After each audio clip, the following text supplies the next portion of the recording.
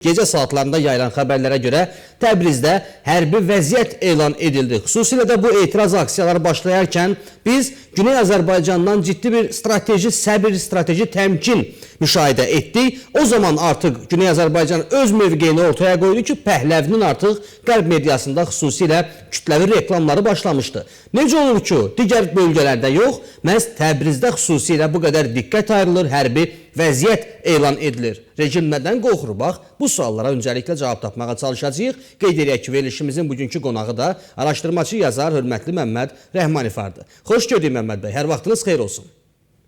Salamlar, sağ olun, təşəkkürlər, xoş gördük. Sizin də hər vaxtınız xeyirli olsun. Hörmətli Məmməd bəy, çox uzatmayacağım, elə anonsda da qeyd elədiyim kimi. Rejim Təbrizdən niyə görə bu qədər qorxur?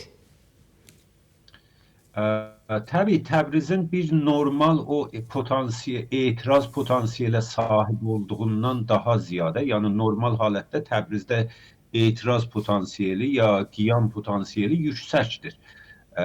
İlləti də illər boyudur zülm altında yaşayan bir millət var orada. İllər boyudur hər açıdan demək olar təzyiqlərə və zülmə və demək olar ayrı seçkiliklərə məruz qalan bir millət var orada. Bu açıdan Təbrizdə etiraz ya qiyam potansiyeli yüksəkdir. Amma bunun bir başqa səbəbi də var. O da Təbrizin tarixi demək olar etkisidir ki, bu rəvani cəhətdən, ruhi cəhətdən İranın başa-başına təsir buraxa bilər. Sadəcə Güney Azərbaycan deyil. O da Təbrizin məşrutiyyətdən başlayaraq günümüzəcən bütün özgürlükçü və azadlıq demək olar hərəkatında öncül olması ya bəlirləyici bir rol oynaması.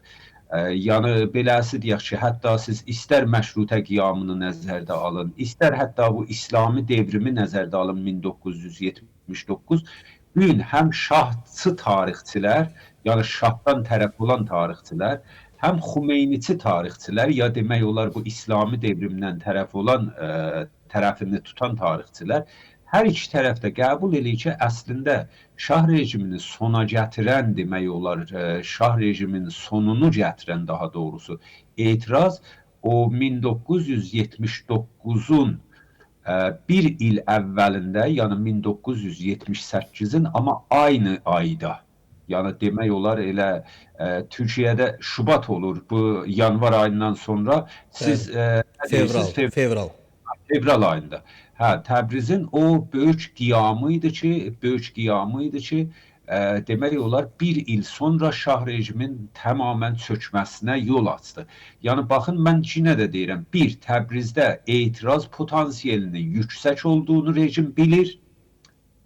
İki, Təbrizin etirazı və o psikolojik, ruhi, rəvani təsiri istər Güney Azərbaycana və istər İranın başa-başında hətta qeyri-türk xalqlara belə böyük bir təsir buraxa bilir. O da dedim tarixi sürəcdən qaynaqlanır. Yəni belə çıxır ki, hörmətli Məmməd bəy, bu zamana qədər hər zaman deyilənlər ciddi bir həqiqətə və ciddi faktlara söykənir ki, türklər olmadan İranda nə isə dəyişmək mümkün deyil.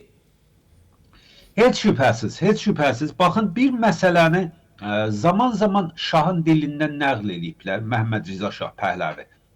Mən açıqcası bunu şəxsən araşdırmamışam, amma bu o qədər yayğın məsələ ki, elə hər kəsə desəm bunu eşidib Güneydə, hər kəs deyəndə yəni çox adamlar, mən bunu həm Xumeyniçi, Xamneyiçi adamlardan eşitmişəm və həm normal, sıradan, adi insanlardan eşitmişəm.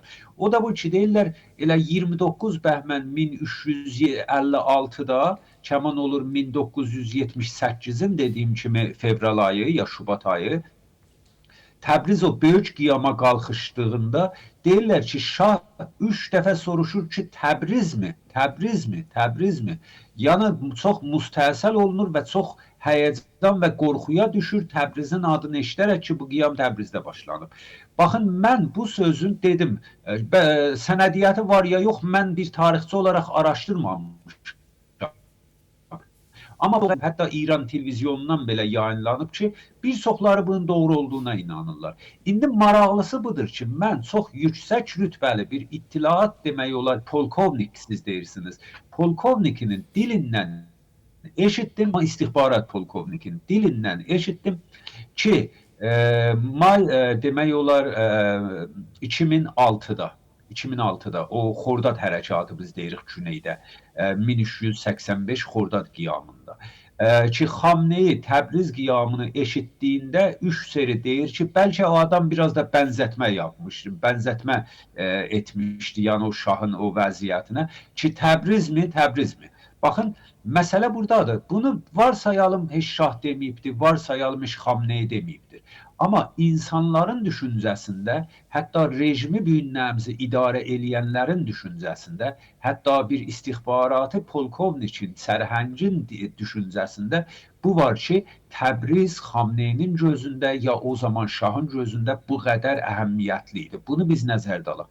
Yəni Təbrizin birbaşa etkisi yenə də deyirəm, sırf büyün olan potansiyel gücü deyil, bəlkə tarixi bir etkisi vardır, psikolojik və rəvani bir etkisi vardır. O birələ keçdiyimizdən sonra sizin sualınıza qısa da istəsəm bir cavab verəm. Lütfən, lütfən, buyurun. Bu sözü mən hər zaman demişəm. Təəssüflə İranda yaşayan xalqların, millətlərin gələcəyi eyni olmasa da, gələcəkləri eyni olmasa da, alın yazıları eyni yazılıbdır. Yəni mən belə istəyim, o ölkədə, o torpaqlarda ya həm türk, həm fars, həm kürd, həm ərəb özgürlüyə buraxılacaqdır, ya heç biri özgür yaşamağı təcrübə eləyə bilməyəcək, hamısı kölə və əsir kimi elə büyün gördükləri fəlakət içində yaşayacaqlar. Bu mənim düşüncəmdir. Biri buna qarşı çıxa bilər. Yəni mən açıqcası deyirəm, nə Güney Azərbaycan tək başına bu işi görə biləcəkdir, nə farslar tək başına bu işi görə biləcəklər, nə başqa xalqlar tək başına bu işi görə biləcəklər. Bunların hamısının bir zada ehtiyacları vardır. O da budur ki, eyni zamanda qiyama qalxışmaqdır. Amma nə zaman bu ola bilir? Qərardad ictimai deyilən demək olar bir məsələ üstündə ki, bunu əslində baxın neçə yüz il bundan əvvəl Jean-Jacques Rousseau Fransada bu sözü ortaya qoydu. Bəli, bəli, bəli. Hələ buna gəlib çatmamışıq, yaxşı. Biz bu ictimai qərarda da gəlib çatmayınca mən təəssüflə vəziyyət bu olacaqdır. Yəni bir fars qəbul eləmək ki, Azərbaycan türkü öz qədərini, öz alın yazısını özü yaza bilər. İstər federal istəyir, istər bağımsızlıq istəyir, amma özü qərar verməlidir. Bunu bir məsələn deyirəm, Şirmanda yaşayan fars gəlib Təbriz türkü haqqında qərar vermə haqqı. Bunları nəzərdə alaraq mən bu sözü sizdə var, yox, biraz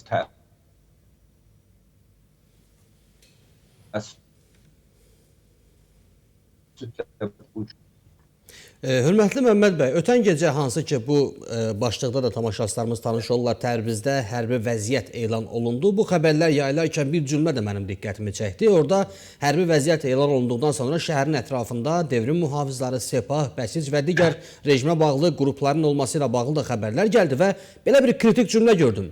Həmin o qruplar siqnal gözləyir. Söhbət hansı siqnaldan gedir?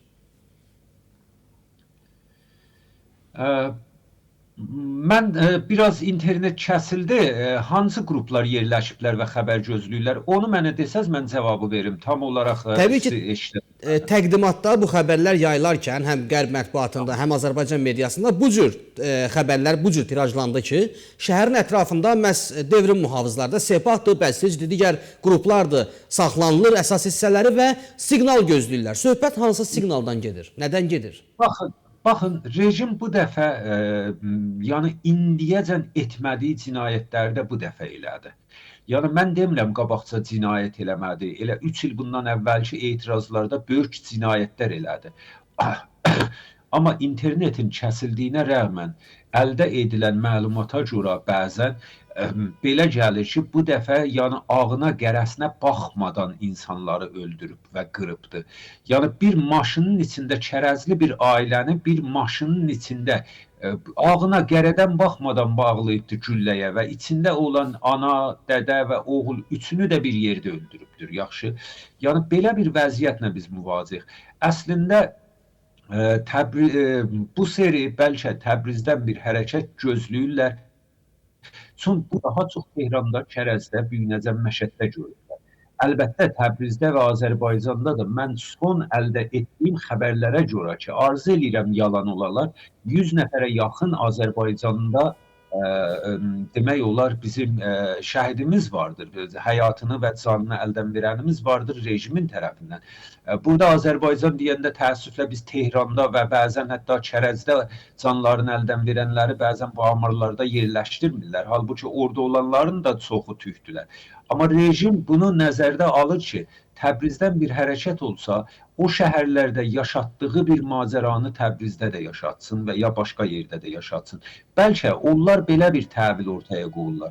O əldən də əlbəttə bilmirəm nə qədər güvənmək olar, amma Əraqçı qorxularından indiyəcən Amerikaya boy deyirdilər, asarıq, kəsərıq, qorxularından hər halda məcbur qalıblar Trumpa söz verələr ki, biz artıq kimsəni öldürməyəcək və kimsəni də edam eləməyəcək. Bunu Xamneyinin nümayəndəsi Əbbas Əraqçı sözdə İran Xarici İşlər Naziri ki, əslində İranda bir nazirlik deyə, bir hökumət deyə. Yusuf bəy, siz şahidsiniz, mən bunu hər zaman proqramlarda deyim. Bu İranda bir dənə Xamney var. Xamneyinin beyt deyirlər İranda. Ofisi vardır və bunlar o ofisin xədəmələridirlər, çalışanlarıdırlar. Yəni pezeşkiyan deyil, həmin o ofisin bir xədəməsidir, bir çalışanıdır. Onun üçün gedibdir və bu vədəni verib ki, artıq bir nəfər, Trump da deyir ki, mənə söz veriblər bir nəfərə ateş açmayacaqlar, öldürməyəcəklər və edam etməyəcəklər. Onun üçün açıqcası, indiki vəziyyətdə kəsin sözü demək biraz mümkün deyil. Gerçəkdən bunlar Trumpdan qorxurlarmı? Pərdə arxasında Trumpa başqa nə vədələr veriblər? Gerçəkdən ateş açmayacaqlarmı ki, əlbəttə mən burasına çox inanmıram. Yaxşı, edamları bəlli bir sürəcə durdura bilərlər. Məsələn, edamları bunların qəsdləri bu idi, keçən etirazlarda bu işi gördülər və cavab aldılar bu işdən, nəticə aldılar. Etirazların ən qızğın şəraitində gətirdilər 2-3 nəfəri edam elədilər və cavanları qorxutdular, gəncləri qorxutdular. Bu dəfə məsələn Trumpa bu sözü ki veriblər, edamları bəlkə biraz bir ertələyə bilərlər, yəni biraz gecikdirə bilərlər. Heç inanmıram ki, hətta edamı durduralar. Nəhayət biraz gecikdirə bilərlər. Yoxsa biz bu hökumət tanıyırıq, bu rejimi tanıyırıq, bu rejimi nə işlər görüb və bundan sonra görə biləcəklərini çox yaxşı bilirik. Aydındır, hörmətli Məmməd bəy, mən sizə təşəkkürümü bildirirəm. Minnətdaram dəvətimizi qəbul ediniz, dəyərli fikirlərinizi bölüşdünüz. Çox sağ olun, var olun bir daha.